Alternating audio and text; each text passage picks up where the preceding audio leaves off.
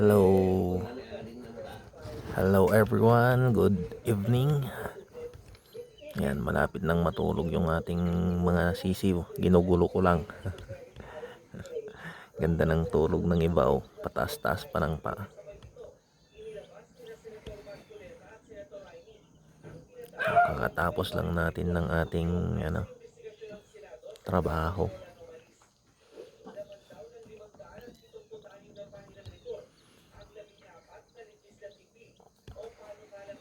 Siyempre after a long day of work for more than a week now, meron kasi akong tinatapos na na database, ngayon lang natapos.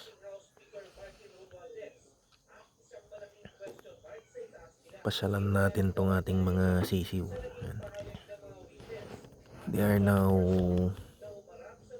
3 days. So ito yung ating bagong gawang brooder. Dito natin sila inilagay.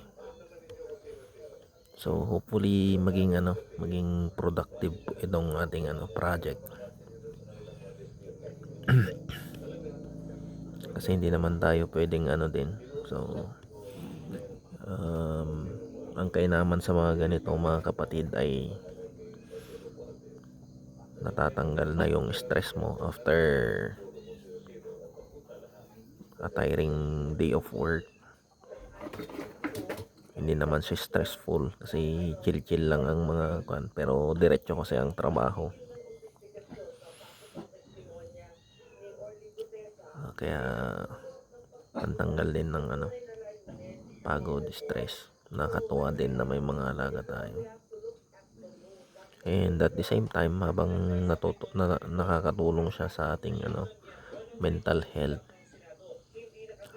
makakapagbigay din siya ng extra na pagkakitaan kung mabubuhay lahat. Kung tama yung ating management, tama yung ating marami kasing factors din bago ka kumita. Pero kapag nagsisimula ka pa lang, huwag mo munang isipin ang kita, kundi yung kung paano mo may improve yung system, kung paano mo may improve yung breeding mo. Marami tayong i-consider din.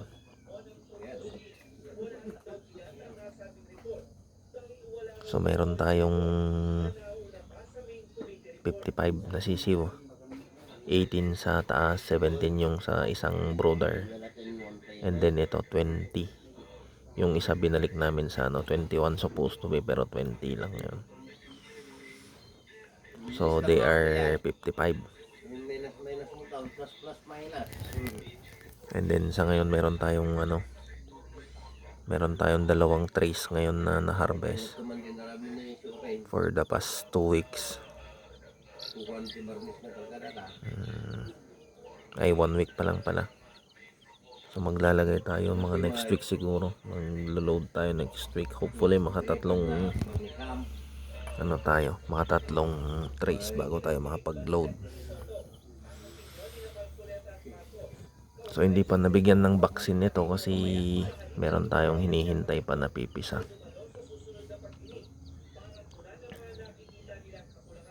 So hopefully maging maayos naman sila.